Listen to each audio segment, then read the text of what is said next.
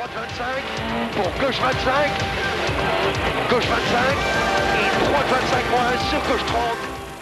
Bienvenue dans Champions 2003, numéro 10 de cette 10e saison. Nous voici à nouveau en studio pour une formule qui vous plaît apparemment et que, je peux vous le dire, on répétera de temps en temps au fil de l'actualité. Il n'y a pas de raison, n'est-ce pas, de ne pas varier de temps à autre les plaisirs. Alors, comme promis, ce Champions est un spécial boucle de Spa et je dirais même plus un spécial historique boucle de Spa. Pourquoi ?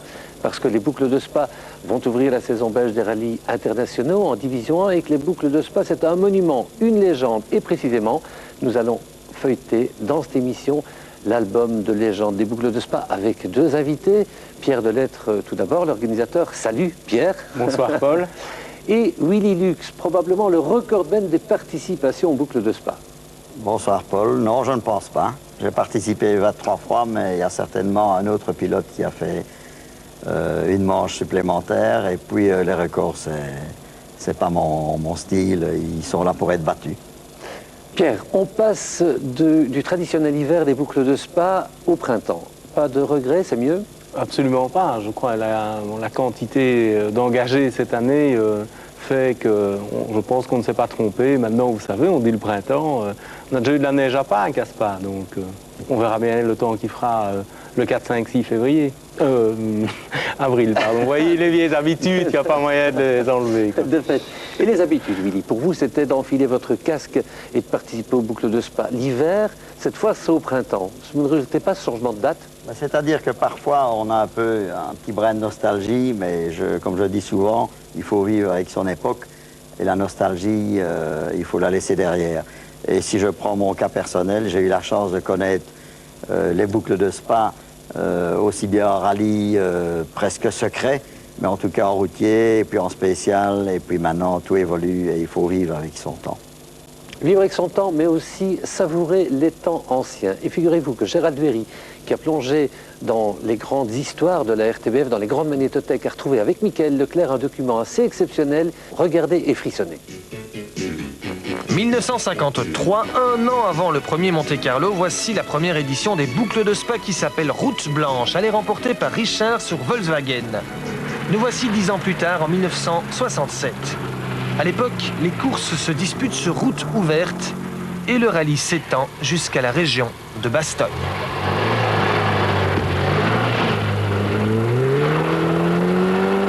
Le centre du rallye est pourtant bel et bien à Spa, sur la place verte. Et, vous l'entendez,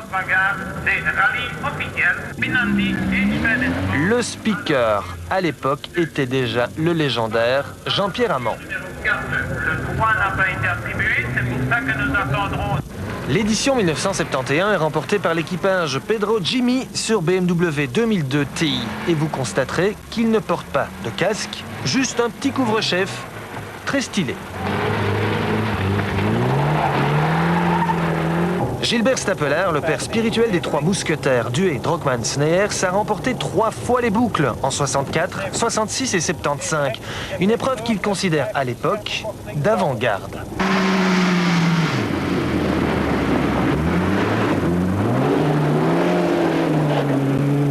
À mon avis, les organisateurs doivent organiser leurs épreuves comme ici aux boucles de Spa, c'est-à-dire seulement les étapes spéciales. Donc des étapes de liaison, des étapes de transport très faciles à une moyenne basse, route ouverte, et pour le reste, que le spécial, des spéciales sur route gardée, dans les forêts ou bien des étapes chronométrées.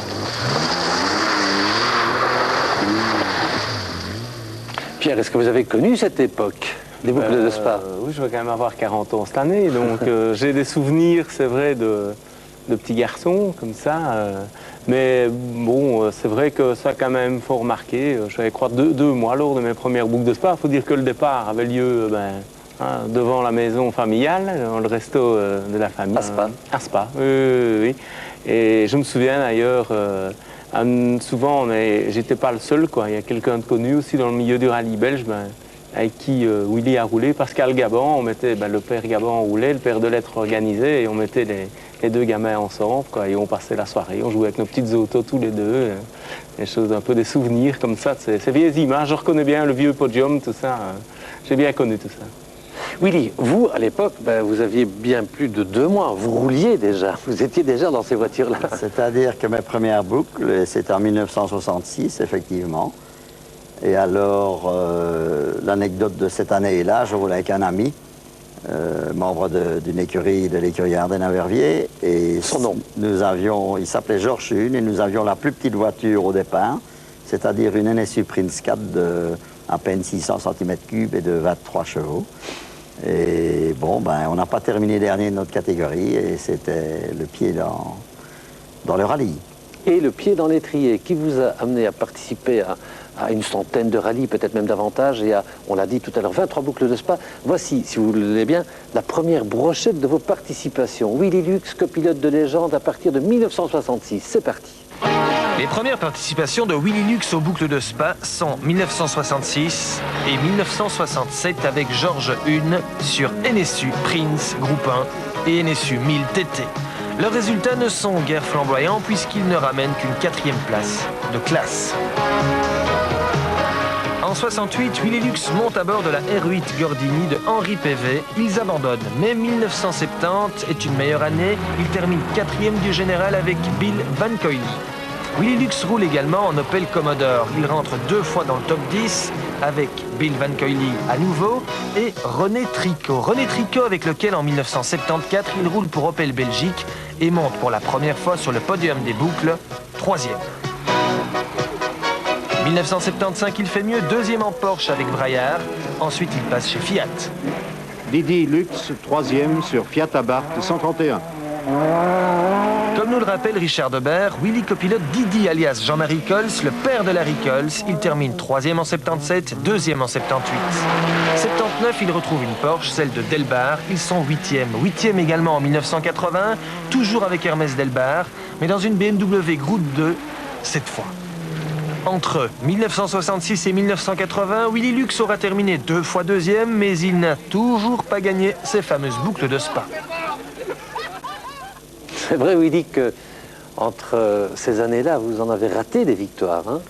Oui, je me suis souvent retrouvé avec les pilotes de l'époque en tête du rallye, et puis il y avait toujours un petit incident, soit mécanique ou une crevaison, mais jamais vraiment des sorties de route. Autrement, je crois que sur les 23 éditions, j'aurais pu gagner 8 ou 9 fois les boucles de Spa, mais il n'y a pas de regret. Je les ai gagnés 2 fois avec des très bons pilotes et avec beaucoup de plaisir.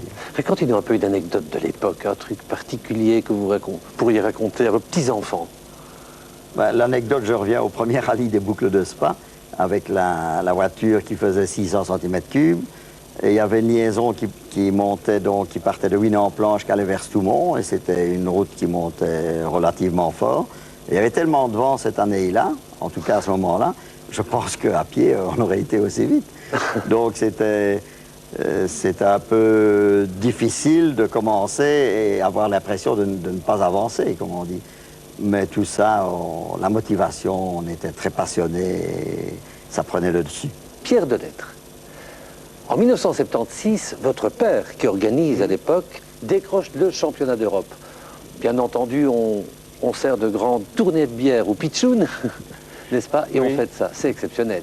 Et oui, c'était plus la venue d'un pilote exceptionnel aussi et qui a marqué les esprits de tout le monde et surtout de mon père. C'est devenu un grand copain de mon père et ça nous avait fait beaucoup de plaisir. C'est aussi 76, c'est l'avenue de Stig Blomqvist et ça a marqué vraiment l'histoire des boucles de Spa. C'était un grand tournant. Il est venu beaucoup de vedettes aux boucles de Spa, Stig Blomqvist, vous l'avez dit, et beaucoup d'autres encore. Mais d'abord, faisons connaissance avec Alphonse Delettre, qu'on a envie de surnommer, d'accord avec Gérald Dury, le visionnaire. Personnifiant le règlement de l'épreuve, Alphonse Delettre avoue que 2 voitures seulement à l'arrivée pour quelques 147 au départ le combleraient. Ça, c'est mon rêve. 2 voitures à l'arrivée, moi j'ai fait le parcours tout côté. Je suis passé tout côté, évidemment, il n'y a pas de neige, mais enfin, je suis passé. Et eux sont équipés, ils savent conduire. Et si 2 voitures terminent, c'est que c'est faisable. 147 voitures au départ, 100 000 spectateurs dans les spéciales et au cœur de Spa. Oui, chacun contribuait à la fête en battant tous les records de participation. Sur la route, les pilotes des véhicules les plus puissants étaient moins à l'aise, la glace fondante posant de sérieux problèmes de motricité. Les boucles de Spa, le Bianchi, Ypres sont devenus les 3 rallyes belges comptant pour le championnat d'Europe. Pourquoi ont-ils accédé à ce niveau? Je crois qu'ils ont accédé à ce niveau avec un peu comme nous, des années de travail, des années d'erreurs qu'on a essayé de réparer, de rallye en rallye. Je crois que c'est un peu un remerciement, je crois que la CSI a fait aux 3 organisations de les reprendre au championnat d'Europe. Je crois qu'on arrive maintenant à une nouvelle conception de rallye. On va appeler ça le rallye moderne peut-être. Le routier ne pénalise plus. Nous avons adapté la sécurité circuit au rallye automobile. Chaque spécial est exactement suivi avec les mêmes commissaires, les mêmes médecins réanimateurs, le même système de liaison que le circuit de Francorchamps. Mais on multiplie par 5, ce qui représente quand même 1200 hommes uniquement dans les étapes spéciales. Un rallye comme les boucles de Spa, vous préparez cela pendant combien de temps? 11 mois et 15 jours. Ça coûte cher d'organiser un rallye au niveau européen? Oui, 2 30 500 francs, exactement. J'ai un membre qui m'offre les 500 francs, je dois trouver le complément maintenant.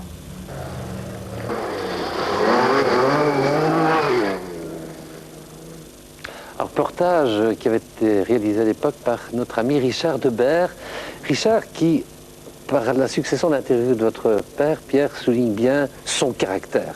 Oui, ça c'est clair que c'est un fameux caractère. Hein. C'est aussi, il y a la légende des boucles de Spa, mais aussi la légende du caractère d'Alphonse Delette, je crois, hein, qui n'avait pas essuyé ses coups 3 petits points. Qui était dur. Oui, tout à fait, mais c'était aussi un grand sensible. Contrairement à ce que l'opinion peut en penser, évidemment, le fils l'a connu sous un autre angle, mais c'est un grand sensible sous une carapace de dur. Mais vous êtes un peu comme ça, hein, vous, les 2 frères, Danny et puis Pierre, des hommes de caractère, des hommes, n'est-ce pas, qui ont aussi du sentiment. Est-ce qu'il faut précisément ce caractère, mais aussi ces sentiments pour organiser un rallye aujourd'hui du format des boucles de Spa? Il faut beaucoup de caractère, ça c'est certain, mais il faut aussi, comme on dit, un brin de temps en temps, parce que ça devient vraiment, je vois, ça a un petit peu fait sourire, c'est que j'entends les archives de ce que mon père disait. Je serais le plus heureux des hommes si je devais gérer les boucles de Spa à la manière qu'il les gérait. Maintenant, c'est devenu vraiment beaucoup plus difficile, ça coûte beaucoup plus cher. Et bon, de temps en temps, il faut vraiment être passionné, mais il faut ne pas déraper non plus. Il y a la raison qui doit nous rappeler de temps en temps pour ne pas aller trop loin. Ça devient vraiment difficile. Ok, ne parlons pas trop des problèmes maintenant, vous en avez assez. Réjouissons-nous plutôt en feuilletant l'album des légendes des boucles de Spa. Gérald Véry nous ramène aux années Blomqvist. Regardez.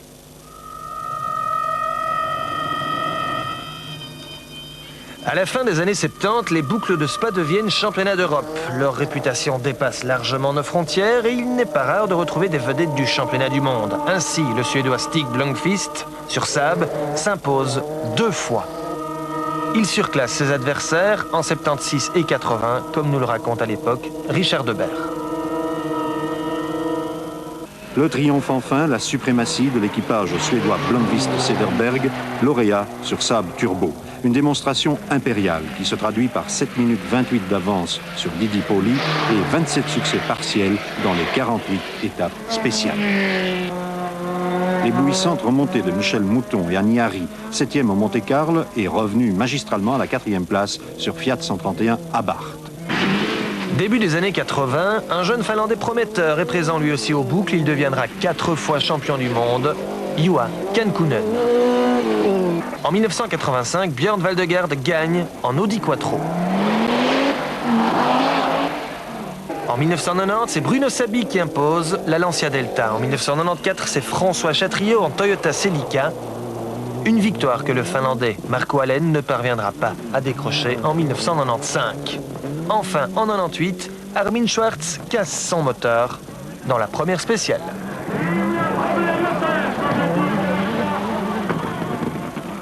Va-t-on dire, Pierre, que c'était la grande époque? Ouais, à chaque époque aussi, ses plaisirs et une différence de rallye. C'est vrai qu'en tant que je me considère comme un passionné, moi j'aime bien le rallye la nuit et l'ambiance qu'il y avait avant en forêt de ça, mais bon, de nos jours, ça ne correspond plus aux vœux de la majorité, donc il faut suivre ce que les gens veulent. Et vous, Willy, votre avis? Ben, moi, je suis du même avis que Pierre. Effectivement, il faut suivre ce que les réglementations exigent actuellement. Et puis, je vais dire que moi, j'ai eu la chance de connaître toutes ces transitions et que je suis vraiment très satisfait comment ça évolue maintenant. Et pour les jeunes qui débutent, eh bien, ils n'ont pas connu le passé, donc ils acceptent facilement maintenant la réglementation actuelle. Donc c'est mieux quand c'est plus organisé, toujours en boucle, plus sécurisé, plus clean, plus propre, moins sombre, tout ça. Mais quand on voit les images d'archives, on a un peu froid dans le dos même. De nos jours, c'est vrai que maintenant la sécurité a fait d'énormes progrès. Et bon, il faut vivre avec son temps, comme on dit. Je crois que c'est inadmissible qu'on pourrait refaire des rallyes comme on les faisait il y a 30 ans. Voilà, c'est pourquoi les archives ont une valeur de plus en plus grande chaque jour qui passe. On replonge dans les années 80 pour des images qui sont, vous l'avez entendu, désormais, si elles font partie du passé, tout à fait uniques. En 1981, Willy Lux rejoint Marc Duet sur Porsche et il est plus doué dans le baquet de droite que dans une cuisine. Merci. Moi, Impeccable. les restes de l'école hôtelière. Voilà. Mais en course, ils sont en tête. Vous êtes vraiment très sûr de votre coup cette année, oui? Amoureux. Les amoureux, comme ils le disent, terminent deuxième derrière Sneyers. En 82, ils devront abandonner. En 1983, Marc et Willy ont l'arme absolue pour gagner l'Audi Quattro 4 roues motrices. Vu les conditions, neige, boue, verglas, c'est un sacré avantage. Et pour sa 15e participation en boucle, Willy Lux s'offre enfin la victoire avec Marc Duet. En 1985, il copilote l'Allemand Harald Demuth sur une Audi Quattro d'usine. Ils font partie des favoris, mais vont rapidement devoir abandonner. En 1986, Willy retrouve le grand Marc Duet avec l'AMG Metro 6 Air 4, comme on dit en Angleterre, conduite à droite. Mais la métro est fragile et c'est un nouvel abandon.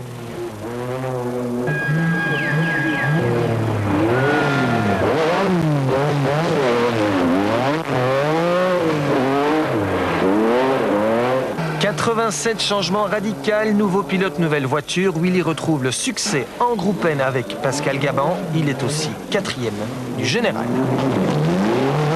En 1990, on le retrouve cette fois aux côtés de Grégoire de Mévus.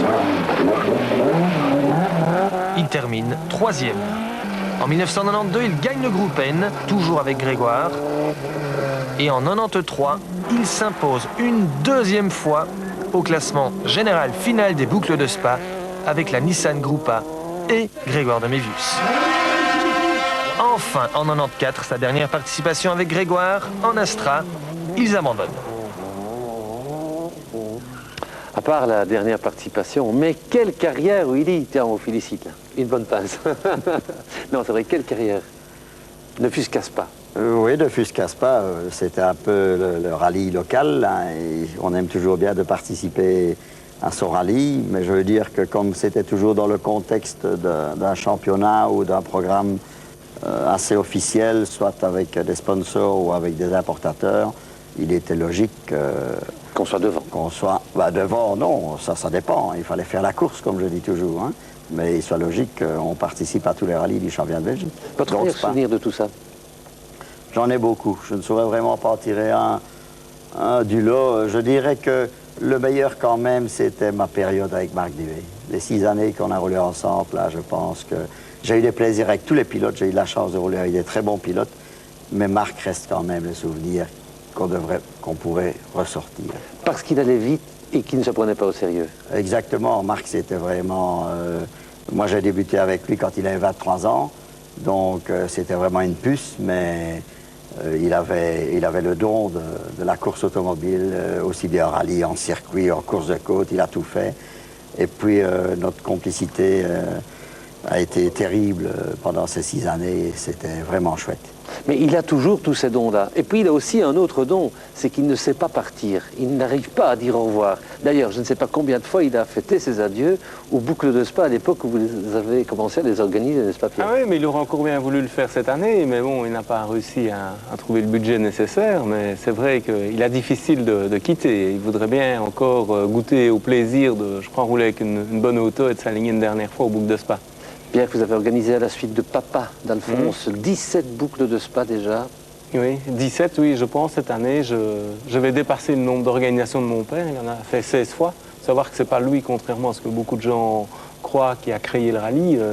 C'est Paul Delrivière. Et puis, c'est vrai que maintenant, de tous, c'est moi qui vais avoir la charge, le record de la plus longue durée d'organisation des boucles de Spa. J'espère ne pas m'arrêter à 17. Il faut encore un petit peu quelques années avant que le fils puisse prendre le relais. Allez, et maintenant, Gérald Berry vous offre en images vos pratiquement 17 vainqueurs. Allons-y. 1994, victoire de Chatriot. 1995, Sneyers. 1996, de Mévius sur la neige. 1997, Renoverate.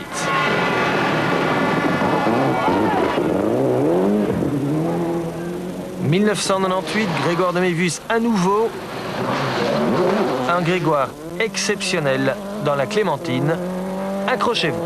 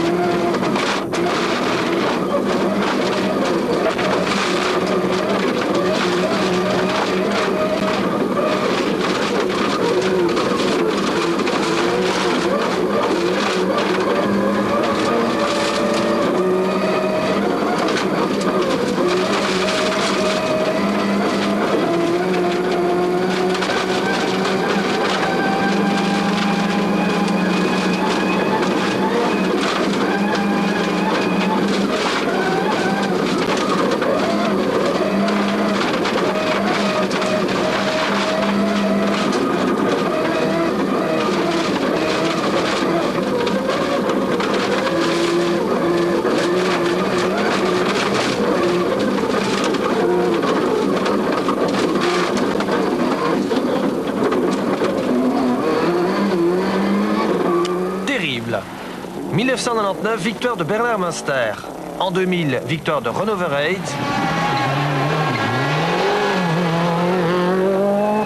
En 2001, de Chris Prinsen. Et enfin, de Larry Coles en 2002.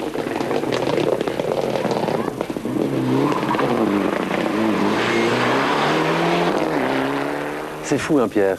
Comme le temps passe vite. Hein. Et oui, ça passe Et on très est vite. encore jeune. Hein. Tout à fait. Quel souvenir de ces périodes? Quel est le meilleur souvenir de tout ça? Oh, c'est difficile, comme Willy disait. On a quand même pas mal d'années. Je pense, certainement pour moi, mon plus beau souvenir, c'est d'avoir eu le retour de Stig Blomqvist. C'était un peu un challenge après que mon père l'ait eu, quand je l'ai fait revenir en 89 sur un deal que j'ai dû monter toute pièce avec la Lancia. C'est certainement le meilleur, c'est celui-là. Tiens, à propos de Stig Blomqvist, on va quand même s'offrir une anecdote assez croustillante. Je me suis laissé dire, quand j'étais plus jeune, que Stig Blomqvist, pour se chauffer avant une spéciale, ou pour fêter une belle spéciale, ça valait un petit verre d'alcool. Écoutez, je peux vous l'avouer maintenant, il y a des années, je n'étais pas encore l'organisateur, mais Stig est tombé une année, il a gagné, je ne sais plus si c'est 76 ou 80, mais il est tombé hors du podium à l'arrivée, parce que c'était pas d'émotion. D'accord, il était très très fatigué. Très fatigué, mais bon, ces Suédois, c'était aussi un autre temps, à l'époque où on avait tous ces contrôles horaires dans les bistrots. Il faut savoir qu'il y avait encore un mélange de routier et de spécial, et il y avait les contrôles horaires, il fallait l'équipier sortir de la voiture et rentrer la table qui était dans le bistrot. Alors, comme il avait une demi-heure d'avance, peut-être sur je crois que c'est en 76. Il avait le temps de fêter ça. Oui, ils ont fêté ça, le dernier CH, ça a été très dur. Fin avril, je vous le rappelle, nous organiserons avec Champions et l'RTBF pour nos 10 ans une manifestation qui s'appelle Junior Champions Day, le 27 avril à Wavre. C'est ouvert aux enfants et aux parents. Et ce soir, attention les enfants, la question est pour vous si vous avez entre 9 et 12 ans. Écoutez bien. Pour fêter ces 10 ans d'existence, Champions vous invite à un événement inédit et tout à fait exceptionnel, le Junior Champions Day. Il se déroulera le 27 avril dans le parc d'attractions de Six Flags à Wavre. Le Junior Champions Day, ce sera la fête des enfants. Le 27 avril, ils pourront disputer un mini championnat du monde des rallyes en pilotant des voitures radiocommandées sur les 14 spéciales que nous installerons dans le parc. Chaque spéciale représentera un des 14 pays du mondial des rallyes. Ce mini championnat du monde vous est ouvert à vous les enfants de 6 à 16 ans. Vous serez répartis en 3 catégories. La Super 1600 de 6 à 8 ans, le groupe N de 9 à 12 ans, le WRC de 13 à 16 ans. Pour être invité à ce Junior Champions Day, vous devrez participer d'abord à notre jeu concours et répondre aux questions que nous vous poserons dans nos prochaines émissions. Les vainqueurs recevront une entrée gratuite, donnant accès aux attractions, une carte de pilote participant et une entrée gratuite pour leur adulte accompagnant. La semaine dernière, nous vous avons posé la première question. Elle était destinée aux enfants de 6 à 8 ans. Quel était le prénom de Gronholm? Il fallait répondre, bien sûr, Marcus. Voici à présent la question réservée aux enfants de 9 à 12 ans. Sur quelle voiture Marcus Gronholm a-t-il été champion du monde en 2002? Est-ce Subaru, Peugeot ou Citroën? Répondez-nous jusque mardi 1er avril avant minuit au 0900 27 960. Si vous n'habitez pas en Belgique et uniquement pour les étrangers, envoyez-nous un fax au 0032 71 209 405 en mentionnant dans l'ordre le numéro de votre réponse 1, 2 ou 3, votre âge, votre nom, votre prénom et votre adresse. Si vous souhaitez davantage d'explications à propos de notre jeu ou si vous souhaitez assister au Junior Champions Day, bref, si vous voulez vivre une journée inoubliable, consultez également le site de la RTBF, rubrique Champions ou le télétexte de la RTBF en page 686.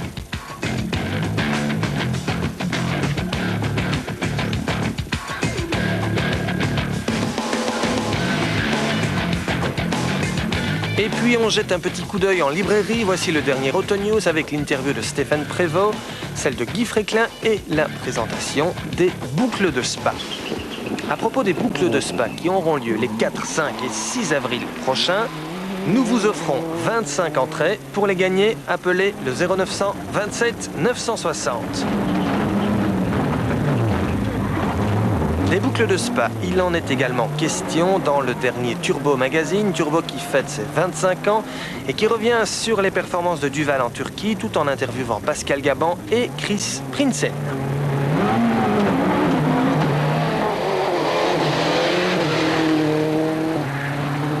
Junior Champions Day, 27 avril à Wavre, et ne ratez pas nos pages télétexte 686 et la page aussi sur Internet pour en savoir plus. On est tous de grands enfants, la preuve. Pendant que ce sujet sur le Junior Champions Day passait, Pierre Delettre a dit « j'y serai avec mes enfants ». Ah, pourquoi pas? Pierre-Louis, lui, il n'y a pas de problème, il est volontaire. C'est lui d'ailleurs qui sera le futur organisateur des boucles de Spa. De la troisième génération, hein, pourquoi pas? Il l'a déjà dit. Il l'a déjà dit, alors il s'est persuadé. Et Willy Lux y sera parce qu'il est un grand enfant, mais aussi peut-être aussi avec ses petits-enfants. Je vais peut-être participer moi-même aussi. Willy, la mémoire vous revient au fil du temps. Vous venez nous raconter 2 anecdotes boucles de Spa. Allez-y un peu. C'est-à-dire qu'il y avait une anecdote, une fois une année, quand Pierre racontait tout à l'heure qu'on devait sortir de la voiture, y aller dans le bistrot pour aller prendre son contrôle de passage. Souvent, il y avait plusieurs voitures qui arrivaient en même temps, et alors les équipiers couraient, il y en a qui essayaient de dépasser l'autre. Et une fois, bien, je suis retourné à la voiture et je me suis assis dans la voiture d'un autre concurrent. Ah. Il est reparti et on a fait quelques mètres et puis on s'est C'était une capture de copilote? Non, je ne sais pas, mais enfin, c'était une partie fun de cette époque-là et c'était vraiment... on avait beaucoup de choses à se raconter après l'arrivée. Encore une anecdote. Encore une. Et alors l'autre anecdote, ça s'est passé en 1973. Je roulais avec René Tricot sur une Manta T 3 litres. Et alors, il y avait un contrôle horaire 2 km avant le pitium, avant le podium, là. Et quand René s'est arrêté, moi j'ai été pointé, tout était en ordre, nous étions 3e au général, le rallye était fini, et quand il a voulu mettre la première, plus moyen. Et alors on a fait, c'était près du GB à Spa, de là jusqu'au pitium en marche arrière. On a passé le podium en marche arrière. Et tout était OK. Donc, il n'y a pas eu de problème. C'était un peu gag quand les spectateurs nous voyaient passer, ils se demandaient ce qu'on avait fait. Et on a mis la voiture dans le parc fermé, et le lendemain matin, les mécanos ont pris la voiture, ils ont mis la première, elle est ressortie. Willy va continuer certainement de vous raconter encore d'autres anecdotes, mais hors antenne. On va laisser Pierre Delettre s'en aller préparer l'édition 2003 des boucles de Spa. Mon cher Pierre, n'est-ce pas? Bon boulot, Oui, bon il courage. reste encore un peu de travail. Voilà. Les boucles de Spa, on y revient la semaine prochaine avec une autre émission studio et nous allons organiser un face-à-face entre les deux candidats au titre de champion de Belgique 2003, Olivier Collard-le-Marchois, Larry Coles, le Verviétois. Nous parlerons également du championnat d'Europe puisqu'on en sera à la veille des aventures de Bruno Thierry sur la scène européenne et puis nous reviendrons également sur le championnat du monde des rallyes avec la manche néo-zélandaise. On feuilletera l'album de Nouvelle-Zélande et vous verrez, on a quelques crashs à vous proposer qui vous donneront des frissons comme très souvent dans Champion. Ben oui, ça rime et à bientôt, à la semaine prochaine.